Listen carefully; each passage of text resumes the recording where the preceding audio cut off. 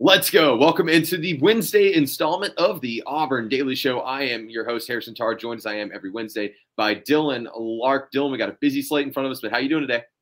I'm doing all right. Woke up about 2 hours ago in a bit of a ruck, but I'm good now. Got some food in me, and I'm A-okay to go and talk about some Auburn football. That's right. Let's jump right into it. TJ Finley.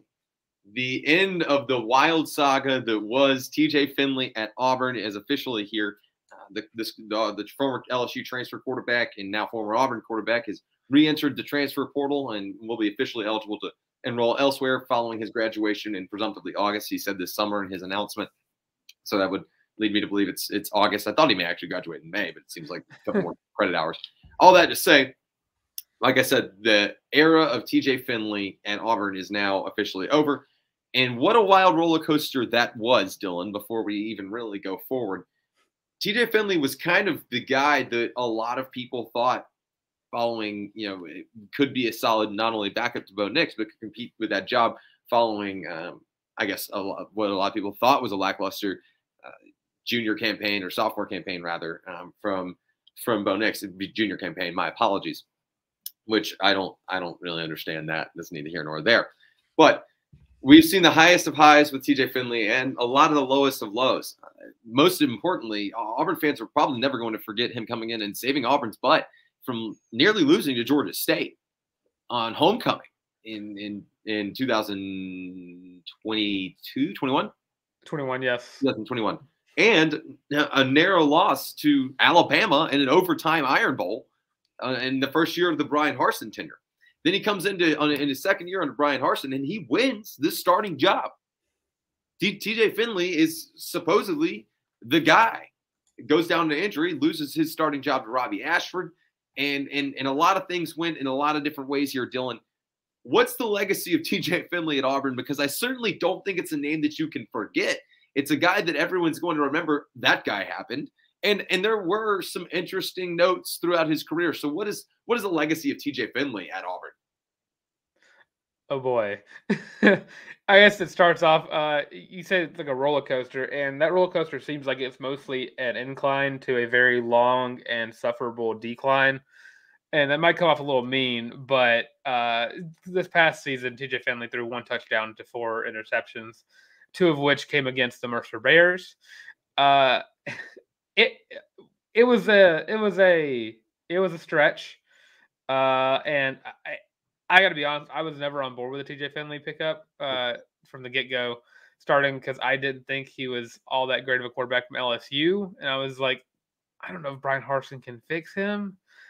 The size you can't coach, but the tangibles, I don't think he really had it ready to really be the starter from the get-go, and I guess it just proves that Auburn's quarterback room wasn't good, wasn't great, wasn't the best that they've seen at the start of this past season, because he came out, and I got to be honest, Auburn beat Mercer 42-16, but that was a long, grueling, terrible game all around from the offense. You feel like a team like Mercer, they have been known to give teams fits at times, but it looked like it was less Mercer giving Auburn fits and more than it was Auburn giving Auburn fits. And it happens a lot when Auburn plays those FCS teams. Jacksonville State 2015 comes to mind. And I think that team is going to get a lot of comparisons to this past team, because looking at it, I think Jeremy Johnson and TJ Finley had a lot of the same comparisons to each other, except I think Jeremy Johnson might have been a better decision maker than TJ Finley was while at Auburn. And that's going to come off as and people are probably not going to like that one very much, but I think there's a lot of legitimacy to that. But looking at it, I think this is something that Auburn fans, I don't want to say, probably some Auburn fans weren't expecting, because going off of what he was saying to all the he's saying to the media a lot that he wasn't going to leave. But I think with all the recent drama surrounding transfer portal quarterbacks, I think he finally took it upon himself to announce swiftly that he was going to head to a new program to finish out his collegiate playing career. Well, to be completely candid with you, Dylan, I don't think there's many people that thought TJ Finley would return to this roster in 2023 under the first year of Hugh Freeze. I don't know that he received the new tenure very well. I don't know that he necessarily was crazy about the fact that Hugh Freeze and company were pretty open about recruiting every single position via the portal.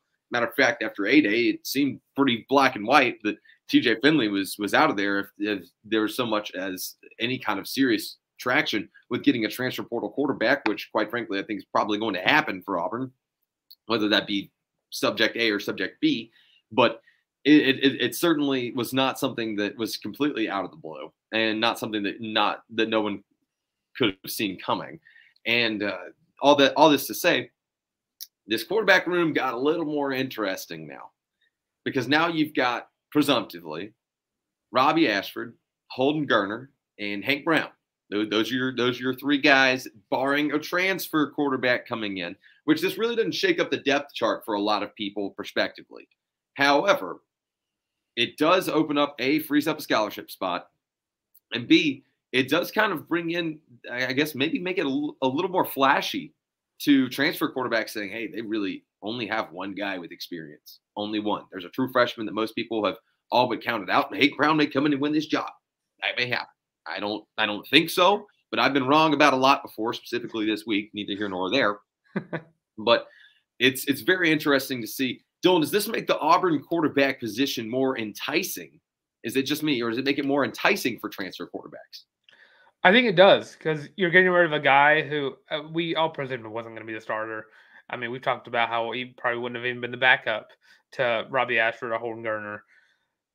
It gets a veteran transfer quarterback, probably gets his mouth a little watery, because you're looking at a team that has the talent. We talk about the running back room all the time, just because the running back room is really freaking good. Sure. A quarterback can work with that, and a quarterback who has been in the league for a hot minute will know that. I mean, we got guys. I mean, the rumors surround recruiting or visiting Casey Thompson.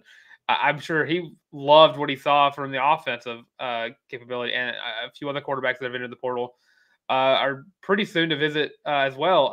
Just because if you want to try your hand at an SEC team, Auburn's probably your best bet. They're the one team that does not have a solidified starter at quarterback, and I could be wrong on that.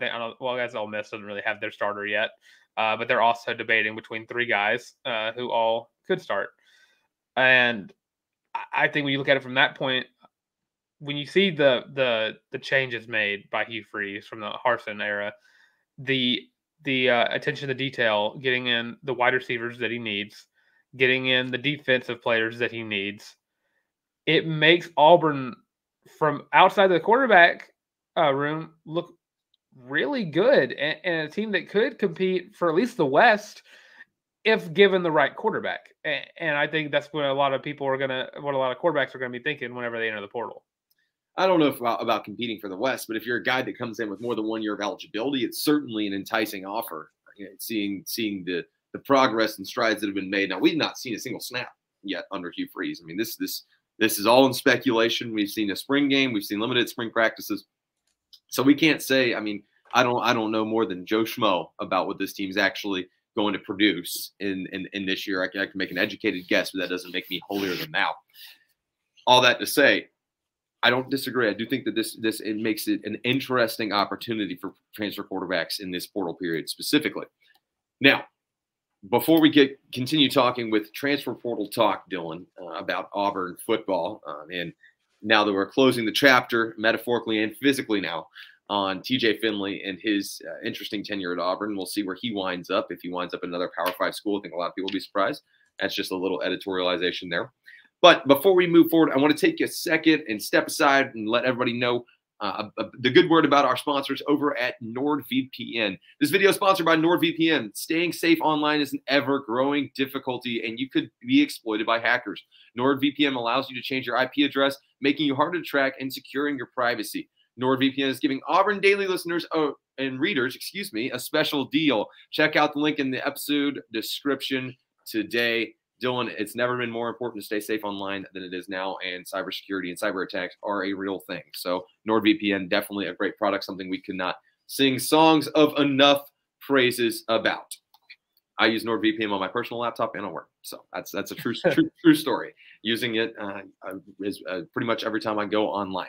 let's get back to the Auburn football conversation, Dylan. And it looks like the Tigers just added, not it looks like, we know for a fact that they added another linebacker, but another one of those edge rusher jack positions. Talk to me a little bit about this App State transfer, Dylan, and I'm not even going to try the last name because I'm not entirely confident. I'll let you do it. Talk to me about Jalen, the App State transfer, and you go ahead and fill me on how you're going to pronounce the last name. Well, believe me, there are harder names to pronounce that. There are. Oh, for sure. I'm sorry. But Jalen McLeod, 6'1", 230 pound, out of Washington D.C. So a little fun tidbit about where he's from. Yeah, played at App State, and it seems like the best games he had at App State were against Power 5 schools. He popped off in 2021 against Miami, and last year he popped off against a very, very mildly, by mildly I mean very overrated Texas A&M team, where he got, I believe, 2 sacks out of his 6 on the season, 3 tackles. His best games are against the highest rated teams in the country at times. That was against number 6 Texas A&M at the time. Whether or not they were 6 whenever the season ended, that's neither here nor there. But yeah, you're bringing a guy who has the experience. I believe he has 1 more year of eligibility. I could be wrong on that. 2020, he started playing 2020, so he probably has 2 more years of eligibility with that. But looking at it from that, Auburn gets a guy like Elijah McAllister, who has the veteran presence at the edge rusher position, and maybe could play a little bit of outside linebacker, but he's mostly playing the jack. And it gives Keldrick Falk a little bit more time to develop as a pass rusher that Auburn fans are eagerly waiting for him to show out. And I think this improves upon when you lose Dylan Brooks, we kind of saw it as a loss of potential. And I think we gained not really potential, but we gained a player who has, I don't want to say reached his peak, but has proven himself. So I think it is an improvement upon losing Dylan Brooks, and I think he's a player who is going to see the field just because defensive line always interchanging. You mentioned that point about Dylan Brooks and waiting on potential as opposed to kind of renting it. I kind of put it into perspective here as you can go trade in your sports car that doesn't run very well and just kind of drive someone else's for a little bit, so you can still have fun. I think it's kind of the same concept. You know me and my really, really bad metaphors, but that's where I'm going here, where you go and get a guy that has played, like you mentioned, at the highest level, and you can shoehorn into that jack position, edge rusher, whatever you want to call it. And like you said, if you need to place him outside, you can place him outside. This linebacker room needed help in the worst way, and it was almost to the point, Dylan, where you could just say, "Go get warm bodies. We can teach them how to play football." This is Hugh Freeze's way of avoiding that possible scenario and making sure that you've got guys that have experience. I mean, App State, as far as the group of 5 is concerned, one of the premier teams in the group of 5. You think of them along the lines of historically the UCFs, sometimes the Memphis, the Houstons of your group of 5, and always play a tough slate and have a significant Power 5 opponent. And this guy's done it time and time again, where he showed up and showed out in these Power 5 games. Something that I certainly think is beneficial to bring to the table when you're playing in the SEC West. I mean, you're playing the best of the best on a week in, week out basis. Yeah, I know that sounds a lot like I guess SEC homering, but that's kind of the truth. If you look around, pretty much everyone in college football will agree there's no harder division in all of college football than the SEC West. Having a guy that comes in and knows that takes those games, those big games, a little extra over the top seriously is certainly something you can play to your advantage. Dylan, I know this wasn't too long of a show today, but if you have anything to add, I'll let you go and jump in now. Otherwise, I think we're ready to wrap this one up. Busy day. I know we're going to have a lot more pop-off on the Thursday show. Oh, yeah. You want to tell everybody where they can find you, love you, support you? Yes, you can follow me on Twitter at YouBoyTheTank. If you're watching, it's just right below me, right down there, right across the bottom at YouBoyTheTank. If you're listening, it's at YABOYTheTank. Also catch me on the Monday edition of the Auburn Daily Show with Lance Dahl, where we talk about transfer portal prospects that Auburn has a really good chance at landing. And go catch me on the College Loop podcast every Tuesday, Thursday, and Sunday. That's at the College Loop, and you can follow us literally everywhere too.